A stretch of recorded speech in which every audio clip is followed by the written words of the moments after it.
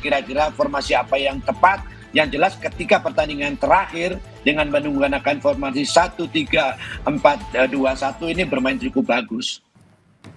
Iya, untuk pertandingan nanti malam sudah dipastikan Martin Paes tidak bisa karena akumulasi kartu, Ya, tetapi menurut saya penggantinya juga pemain-pemain yang sudah berpengalaman. Hanya saja memang di dalam satu pertandingan kan tidak bisa memasang dua-duanya penjaga gawang, hanya satu penjaga gawang. Tetapi menurut saya penjaga gawang yang dipanggil saat ini termasuk Hernando juga menurut saya pemain-pemain yang berkualitas. Jadi menurut saya siapapun yang diturunkan, pemain-pemain ini sudah memiliki jam terbang yang tinggi, memiliki jam terbang yang ya. sudah tidak bisa kita ragukan lagi. Jadi kembali lagi, kalau Neves itu di mana-mana setiap pemain ada, tetapi bagaimana pemain-pemain tersebut bisa mengendalikan Neves itu menjadi satu kepercayaan diri yang cukup bagus. Seperti itu, Bung Oke. Akbar.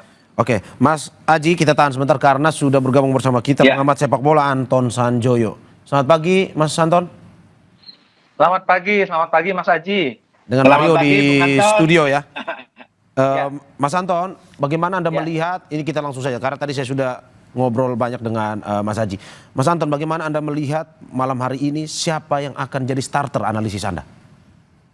Ya, kalau saya lihat sih, karena sejumlah pemain kan nggak bisa tampil, Verdong nggak bisa tampil. Saya nggak tahu Dix apa sudah pulih cedera atau belum. Kalau Kevin Dix sudah pulih, saya rasa dia akan menempati posisi bek sayap kanan atau gelandang kanan. Karena dugaan saya memang formasinya adalah tiga di belakang. Tiga di belakang itu Hübner, eh, Jai sama Rizky Ridho di belakang, ada kiper Emil Audero yang saya rasa ya kalau dari sisi pengalaman dan physical presence-nya kan juga sangat mumpuni ya.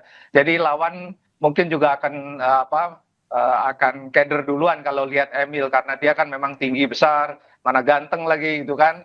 Jadi memang kehadiran kehadiran dia itu cukup bisa menggantikan Martin Paes lah.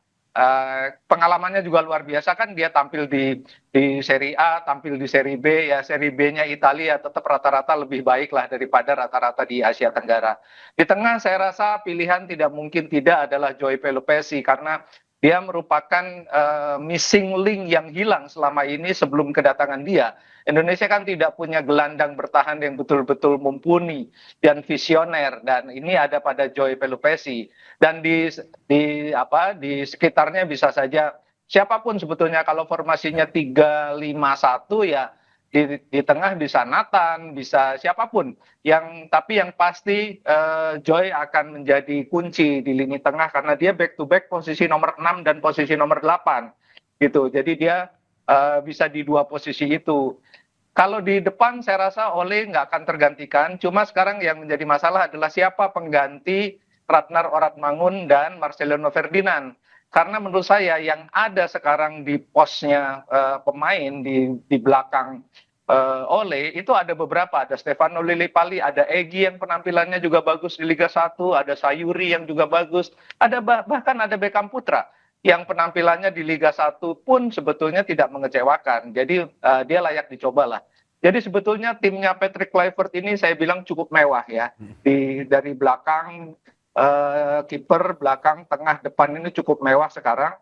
Bahkan di lapisan keduanya pun yang di bench saya kira komposisinya cukup mewah juga. Jadi rasanya sih tidak ada kata kalah ya melawan Cina pada pertandingan malam ini.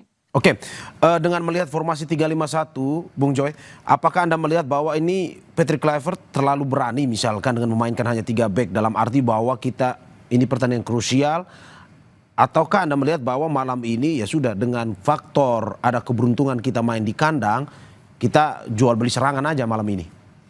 Enggak, bukan soal terlalu berani atau tidak. Ya, 3-5-1 itu formasi baku yang banyak juga dipakai oleh tim-tim besar ya, sekarang. Memang kalau di Belanda kebanyakan 4-3-3. ya, Tapi 3-5-1 itu kan sebetulnya 3 center back itu coverage-nya itu ada di kanan dan kiri.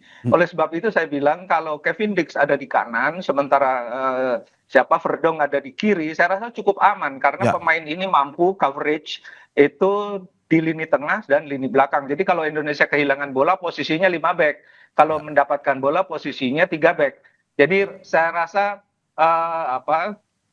intuisi bermain dengan 3 back itu sudah didapatkan kan sering juga Sintayong memainkan 3 back. Jadi harusnya sih nggak jadi masalah. Apalagi kalau komunikasi antara Jai dengan Emil sudah sangat bagus. Kalau Jai dengan Rizky kan udah oke banget. Hubner masih kadang-kadang ada sedikit miss, tapi saya rasa dengan beberapa hari mereka sudah berkumpul lama juga, sudah bermain lama, nggak ada masalah lah dengan tiga back, karena formasi 3-5-1 itu formasi yang sangat ofensif, tetapi memang butuh intensitas yang sangat tinggi, dan yang paling menentukan adalah posisi dua back sayap itu. Oke, Mas, sorry, saya sedikit koreksi. 3-5-1 atau 3-6-1? 3-6-1. 3-6-1 Oke, siap. Iya, Oke. iya, iya. 3-5-1 atau 3-5-2 bisa aja. Oke. Ya, Mas, pokoknya 3-5 di tengahnya, di depannya bisa berapapun. Oke, dengan menumpuk pemain di tengah, apakah memang nantinya seperti yang Anda jelaskan tadi, Patrick Kluivert akan lebih mengarahkan permainan di bola tengah, penguasaan di bola tengah, atau seperti apa? Sehingga mungkin saja oleh Romani di depan bisa lebih terbantu untuk ya suplai bola dengan ditinggal oleh si Marcelino Ferdinand dan juga Ragnar. Ya kalau 3-5-2 itu bukan 3-5-1 ya. Kalau 3-5-2 atau 3-5-1-1 itu sebetulnya memang inti kekuatannya ada di lini tengah. Jadi kalau kita lihat ketika Indonesia pakai 4-3-3 sekalipun, sebetulnya lini tengah Indonesia ini salah satu yang terbaik di grup C, ya. Intercept mereka sangat bagus, mereka juga dinamis sekali di lini tengah. Transisinya juga bagus dari lini tengah. Oleh sebab itu saya selalu bilang kehadiran Joy Pelupesi ini merupakan missing link, karena dia adalah pemain yang betul-betul punya visi bertahan yang sangat bagus. Jadi memang inti kekuatan Indonesia itu ada di lini tengah, sepanjang pemain-pemain yang ada di sana, terutama kalau saya bilang Nathan atau siapapun yang ada di sana mau melakukan intercept cepat ya, ketika pemain lawan mendapatkan bola di sekitar lini tengah, mereka berani tackling yang clean ya, berani tackling, berani berebut bola, berani berkelahi lah kira-kira di lini tengah, supaya mereka tidak bisa berkembang, berhenti saja di lini tengah lawan itu. Dan ini yang paling bisa melakukannya adalah pemain-pemain yang ada di lini tengah, karena memang perimeter mereka ada di sana. Jadi memang inti kekuatan Indonesia ada di lini tengah. Kalau lini belakang sudah cukup kuat, apalagi kalau Emil dengan dalam debutnya sangat meyakinkan, ya saya rasa sih Indonesia sulit ditembus dari lini tengah dan belakang. Oke, saya ke Mas Haji. Mas Haji, bagaimana Anda melihat dengan formasi yang disampaikan oleh Bung Joy tadi? Apakah memang dengan analisa Anda, dengan struktur pemain, dengan pemain yang ya cukup dilatih oleh Patrick Kluivert ini bisa pada akhirnya memenangkanlah pertandingan malam ini? Ya, oke. Memang apa yang dikatakan oleh Bung Sanjoyo tadi sangat tepat, bahwa pemain-pemain ini adalah pemain-pemain mewah. Hampir antara pemain starting line up sama pemain yang ada di bench itu perbedaannya sangat tipis sekali. Artinya siapapun yang dipasang tentunya memiliki kualitas yang hampir sama. Kembali lagi kalau kita menyampaikan mengatakan bilang masalah formasi, di pertandingan terakhir tim ini menggunakan 1-3-4-2-1 ya.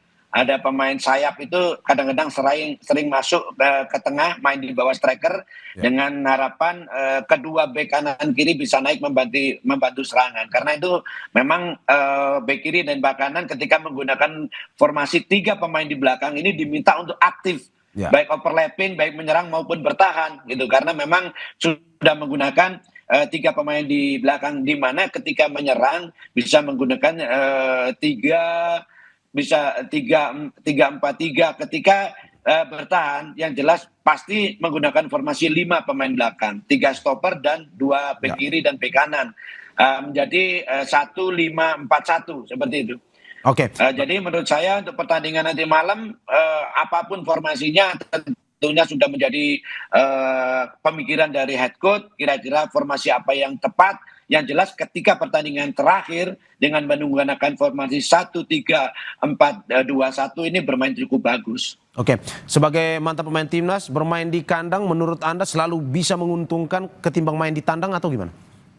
Ya, tentunya memang suatu kemenangan dalam suatu pertandingan sepak bola bukan hanya ditentukan main di kandang atau tandang, tetapi paling tidak main di home Saya mendengar sudah 70.000 tiket sudah sold out. Tentunya ini menjadikan spirit buat pemain bagaimana bisa memenangkan pertandingan pada pertandingan malam nanti. Karena main di kandang, pemain tentunya lebih percaya diri, lebih semangat, lebih enjoy dengan dukungan masyarakat yang akan datang di stadion nanti. Nah, untuk itulah pertandingan ini tidak boleh disia-siakan. Harus tidak ada kata seri. Kalau kata ada nanti seri ataupun kalah, hampir tertutup peluang kita. Bukan berarti kita tidak percaya diri dengan Jepang, tetapi mungkin Bung Sanjoyo atau masyarakat Indonesia sudah tahu kualitasnya tim Jepang seperti apa. Jadi tidak ada kata lain, malam ini harus menang. Dan itu terbuka lebar kesempatan tersebut.